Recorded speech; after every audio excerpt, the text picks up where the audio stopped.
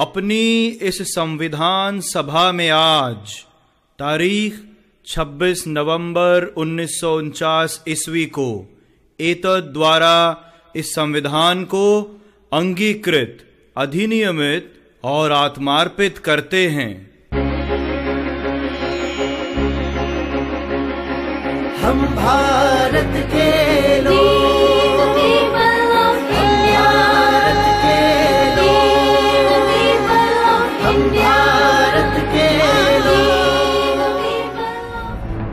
संविधान अंगीकृत, अधिनियमित और आत्मसमर्पित किए जाने के 2 महीने बाद 26 जनवरी 1950 की सुबह ठीक 10:18 पर भारत गणतंत्र बना और इसके 6 मिनट बाद 10:24 पर राजेंद्र प्रसाद ने भारत के पहले राष्ट्रपति के रूप में शपथ ली।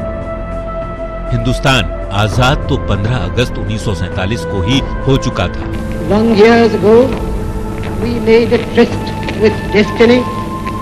And now the time comes when we shall redeem our pledge. At the stroke of the midnight hour, when the world sleeps, India will awake to life and freedom. लेकिन उसका अपना कोई लिखित संविधान नहीं था। बिना संविधान का हिंदुस्तान अधूरा था। लिहाजा 29 अगस्त 1947 को डॉक्टर B.R. अम्बेडकर के नेतृत्व में प्रारूप समिति गठित की गई थी। इसी प्रारूप समिति ने संविधान तैयार किया और फिर एक स्वतंत्र राष्ट्र के साथ साथ भारत गणतंत्र भी बन गया।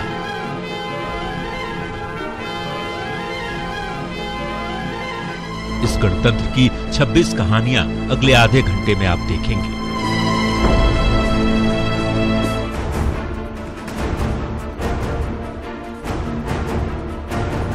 भारतीय संविधान 26 नवंबर 1949 को ही अंगीकृत, अधिनियमित और आत्मसमर्पित कर लिया गया था, लेकिन ये लागू हुआ 26 जनवरी 1950 को। दरअसल संविधान निर्माण में लगे लोग चाहते थे कि संविधान जिस दिन लागू हो वो दिन ऐतिहासिक हो। इसी कड़ी में 26 जनवरी का दिन चुना गया, क्योंकि पहली बार 26 जनवरी 1930 को कांग्रेस ने स्वतंत्रता दिवस के रूप में मनाया था। 26 जनवरी 1930 को ही कांग्रेस ने पूर्ण स्वराज के निश्चय की घोषणा की थी। 1929 के लाहौर अधिवेशन में कांग्रेस ने 26 जनवरी 1930 तक डोमिनियन स्टेटस की मांग की थी। डोमिनियन स्टेटस नहीं मिलने की वजह से कांग्रेस ने 26 जनवरी 1930 को स्वतंत्रता दिवस मनाया। 1947 तक हर साल कांग्रेस 26 जनवरी को स्वतंत्रता दिवस मनाया करती थी। 26 जनवरी 1950 को जब संविधान लागू हुआ, तब से इस दिन को गणतंत्र दिवस के तौर पर मनाया जाने लगा। भारत का संविधान दुनिया का सबसे बड़ा लिखित संविधान है। इसके निर्माण के लिए संविधान सभा ने अपना काम 9 दिसंबर 1946 से शुरू किया।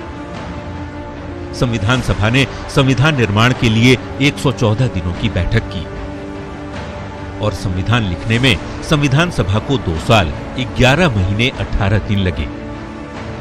हिंदी और अंग्रेजी में संविधान की 2 प्रतियां हाथ से लिखी गई हैं। हाथ से लिखी दोनों मूल प्रतियां संसद भवन के पुस्तकालय में रखी हुई हैं। उस वक्त भारतीय संविधान में 22 भाग, 395 अनुच्छेद और 8 अनुसूचियां थीं। वर्तमान समय में संविधान में 25 भाग, 395 अनुच्छेद और 12 अनुसूचियां हैं। इस लिहाज से भारतीय संविधान अद्भुत और अद्वितीय है। B.N. राव की ओर से संविधान के प्रारूप पर विचार विमर्श करने के लिए संविधान सभा ने 29 अगस्त 1947 को एक संकल्प पारित किया था। इस संकल्प के तहत प्रारूप समिति का गठन किया गया। प्रारूप समिति का अध्यक्ष डॉक्टर भीमराव अंबेडकर को चुना गया। डॉक्टर भीमराव अंबेडकर के अलावा प्रारूप समिति में 6 और मेंबर थे। N. गोपाल स्वामी अयंगर, अल्लादी कृष्णा स्वामी अय्यर, कन्हैयालाल माणिकलाल मुंशी, सैयद मोहम्मद सादुल्ला, N. माधव राव। D.P. खेतान की मौत के बाद T.T. कृष्णामाचारी को प्रारूप समिति का सदस्य बनाया गया। प्रारूप समिति के अध्यक्ष डॉक्टर भीमराव अंबेडकर थे और इसी वजह से उन्हें संविधान का पिता भी कहते हैं। संविधान सभा के सदस्य भारत के अलग अलग राज्यों की सभाओं के निर्वाचित सदस्यों की ओर से चुने गए थे। डॉक्टर भीमराव अंबेडकर, जवाहरलाल नेहरू, डॉक्टर राजेंद्र प्रसाद, सरदार वल्लभ भाई पटेल, मौलाना अबुल कलाम आजाद इस सभा के प्रमुख सदस्य थे। संविधान निर्माण में कुल 22 समितियां थीं, जिनमें प्रारूप समिति यानी ड्राफ्टिंग कमेटी सबसे प्रमुख थी। प्रारूप समिति का काम संपूर्ण संविधान लिखना या निर्माण करना था। 31 दिसंबर 1947 ईस्वी को संविधान सभा के सदस्यों की कुल संख्या 299 थी, जिसमें प्रांतीय सदस्यों और देसी रियासतों के सदस्यों की संख्या 70 थी। खास बात यह है कि संविधान निर्माण की तैयारी स्वतंत्रता की घोषणा से पहले ही शुरू हो गई थी और 3 जून 1947 की योजना के मुताबिक देश का बंटवारा हो जाने पर भारतीय संविधान सभा की कुल सदस्य संख्या 324 नियत की गई, जिसमें 235 स्थान प्रांतों के लिए और 89 स्थान देसी राज्यों के लिए थे।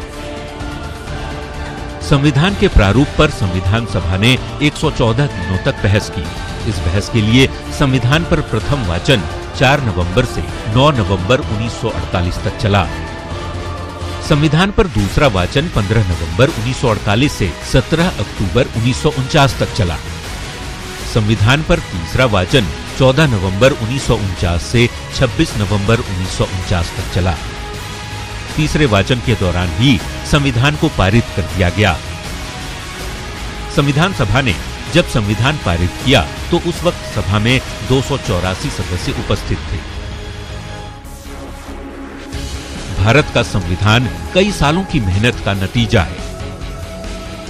पहली बार 1936 में भारत के लिए अलग संविधान की मांग की गई थी। अलग संविधान की मांग कांग्रेस के फैजलपुर सम्मेलन में की गई थी। 13 साल बाद 26 नवंबर 1949 को पहली बार अनुच्छेद 15 लागू किया गया। अनुच्छेद 15 में नागरिकता और अंतरिम संसद की चर्चा थी और फिर 26 जनवरी 1950 को संपूर्ण संविधान लागू किया गया। संविधान देश की आत्मा है, जिसकी वजह से न केवल नागरिकों के अधिकार सुरक्षित रहते हैं, बल्कि सबको आगे बढ़ने के लिए समान अवसर भी मिलते हैं। संविधान सभा ने संविधान निर्माण के लिए कुल 114 दिनों की बैठक की। इन बैठकों की खास बात यह थी कि इसमें प्रेस और आम लोगों को भाग लेने की स्वतंत्रता थी। अनेक सुधारों और बदलावों के बाद संविधान सभा ने 24 जनवरी 1950 को संविधान पर हस्ताक्षर किए। 2 हस्तलिखित प्रतियों पर वहां मौजूद 308 सदस्यों ने हस्ताक्षर किए। 2 दिन बाद 26 जनवरी 1950 को संविधान लागू कर दिया गया।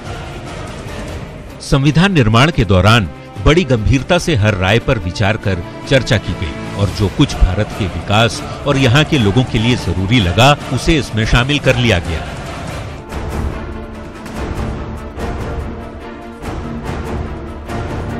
छब्बीस जनवरी 1950 की सुबह 10:18 पर भारत गणतंत्र बना था और इसके ठीक 6 मिनट बाद 10:24 पर राजेंद्र प्रसाद ने भारत के पहले राष्ट्रपति के रूप में शपथ ली। दरबार हॉल में शपथ लेने के बाद इरविन स्टेडियम में झंडा फहराया। बतौर राष्ट्रपति पहली बार डॉक्टर राजेंद्र प्रसाद बग्गी पर राष्ट्रपति भवन से निकले। पहली बार राजेंद्र प्रसाद ने तीनों सेनाओं की सलामी ली थी। पहली बार बतौर राष्ट्रपति राजेंद्र प्रसाद को गार्ड ऑफ ऑनर दिया गया। 26 जनवरी का दिन गणतंत्र दिवस के तौर पर मनाने की शुरुआत हुई। पहले गणतंत्र दिवस समारोह में इंडोनेशिया के राष्ट्रपति सुकर्णो चीफ गेस्ट थे और इस तरह स्वतंत्र भारत गणतंत्र भारत भी बन गया, जहां का अब अपना संविधान था। यानी भारत एक ऐसा राष्ट्र बन गया जिसके अब अपने बनाए नियम कायदे थे।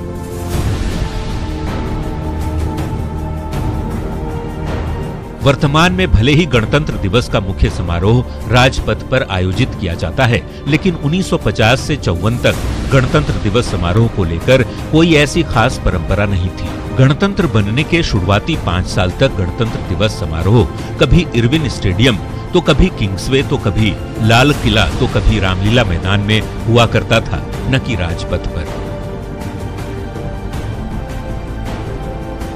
राजपथ पर गणतंत्र दिवस का जो वर्तमान स्वरूप नजर आता है, उसकी शुरुआत 1955 में हुई थी।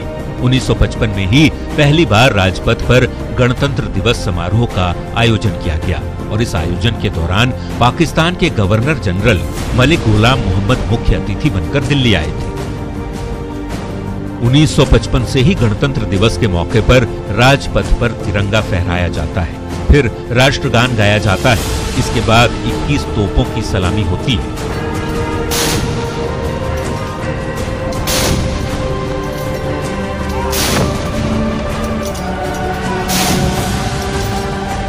तोपों की सलामी शुभ मानी जाती है। भारत और अमेरिका समेत तमाम देशों में सबसे खास मौके पर 21 तोपों की ही सलामी दी जाती है। राष्ट्रपति को जिन 21 तोपों की सलामी दी जाती है, ये सलामी 1941 में बनी 7 तोपों, जिन्हें 25 पाउंडर्स कहा जाता है, उन्हीं से दी जाती है। जैसे ही राष्ट्रपति के बॉडीगार्ड के सीओ राष्ट्रपति को सलामी देते हैं, ठीक उसी समय ये तोपें फायर कर दी जाती है। राष्ट्रगान शुरू होते ही पहली सलामी दी जाती है और ठीक 52 सेकंड के बाद आखिरी सलामी दी जाती है। गणतंत्र दिवस के मौके पर प्रधानमंत्री अमर जवान ज्योति पर शहीदों को श्रद्धांजलि देते हैं, जिन्होंने देश की आजादी के लिए बलिदान दिया था। इस मौके पर प्रधानमंत्री के साथ साथ रक्षा मंत्री के अलावा थल, जल और वायु तीनों सेनाओं के प्रमुख भी मौजूद रहते हैं।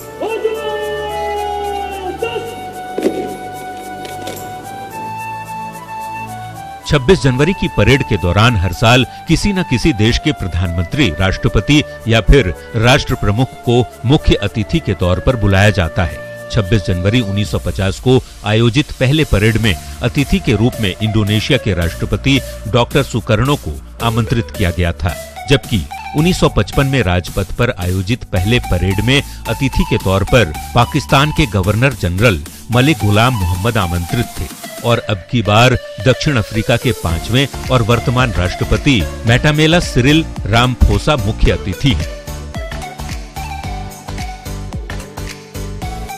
गणतंत्र दिवस समारोह की औपचारिक शुरुआत राष्ट्रपति के आगमन के साथ होती है। राष्ट्रपति अपनी विशेष कार पर सवार होकर अपने घुड़सवार अंगरक्षकों के साथ आते हैं। ये घुड़सवार अंगरक्षक राष्ट्रपति के काफिले में उनकी कार के चारों तरफ चलते हैं और फिर ध्वजारोहण के वक्त उनके ये विशेष घुड़सवार अंगरक्षक समेत वहां मौजूद सभी लोग सावधान की मुद्रा में खड़े होकर तिरंगे को सलामी देते हैं और इसी के साथ राष्ट्रगान की शुरुआत होती है। गणतंत्र दिवस की परेड सुबह करीब 9 बजे ध्वजारोहण के साथ शुरू होती है, लेकिन परेड में शामिल सभी सैनिक, अर्धसैनिक बल और एनसीसी के साथ स्काउट जैसे विशेष दल सुबह के 3 बजे से 4 बजे के बीच ही राजपथ पर पहुंच जाते हैं। 26 जनवरी की परेड में शामिल होने से पहले सभी दल तकरीबन 600 घंटे तक अभ्यास कर चुके होते हैं और इसके लिए 7 महीने पहले से तैयारी में जुट जाते हैं।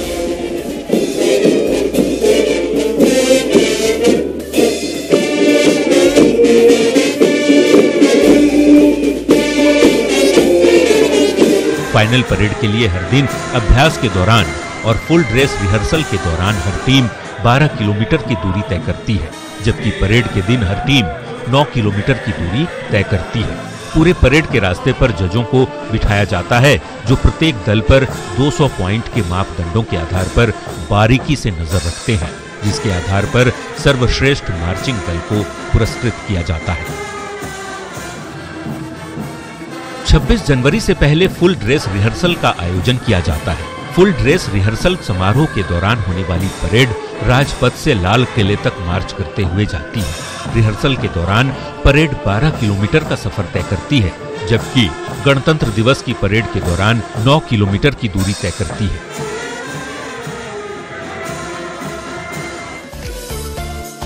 छब्बीस जनवरी की परेड की शुरुआत से लेकर अंत तक हर गतिविधि सुनियोजित होती है और हर सेकंड का हिसाब रखा जाता है। साथ ही परेड में भाग लेने वाले हर सैन्य कर्मी को 4 स्तरीय सुरक्षा जांच से गुजरना होता है।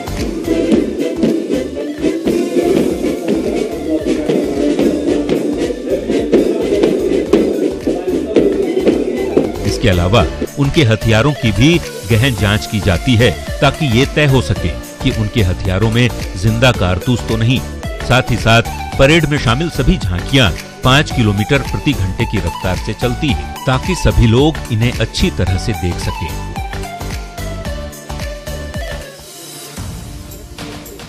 गणतंत्र दिवस के मौके पर राजपथ पर हिंदुस्तान की ओर से सैन्य शक्ति का प्रदर्शन किया जाता है। इस शक्ति प्रदर्शन के दौरान जहां एक तरफ अलग अलग प्लाटून के जवान राजपथ पर राष्ट्रध्वज को सलामी देते हैं, तो दूसरी ओर आधुनिक रक्षा उपकरण, टैंक, मिसाइल और फाइटर जेट का प्रदर्शन किया जाता है।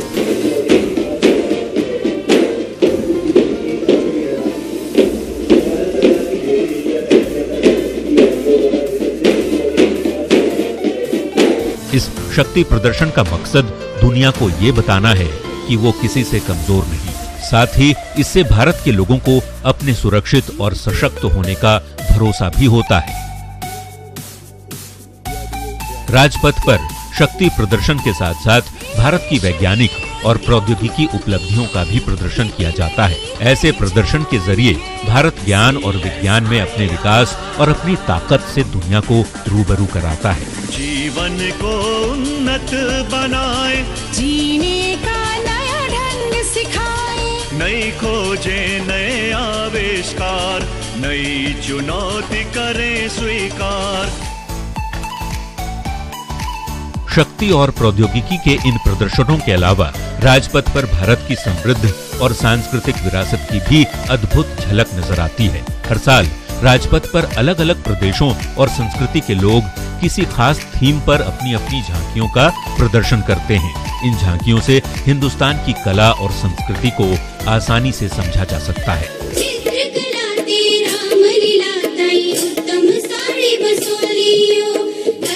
चरखा पश्मीना ते रंगे दी रंगोलियो, रंगे दी रंगोलियो। 26 जनवरी की परेड का सबसे रोचक हिस्सा फ्लाई पास्ट का होता है। फ्लाई पास्ट की जिम्मेवारी पश्चिमी वायुसेना कमान के पास होती है, जिसमें 41 विमान और हेलीकॉप्टर भाग लेते हैं। परेड में शामिल होने वाले अलग अलग विमान वायुसेना के अलग अलग केंद्रों से उड़ान भरते हैं और तय समय पर राजपथ पर पहुंच जाते हैं।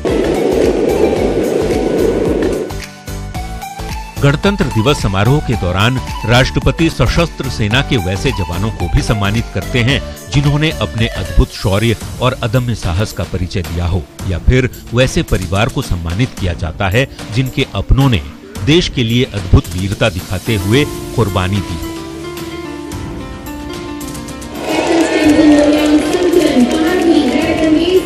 गणतंत्र दिवस समारोह के दौरान राजपथ पर मोटरसाइकिल पर सवार जवानों का कौशल भी देखने लायक होता है।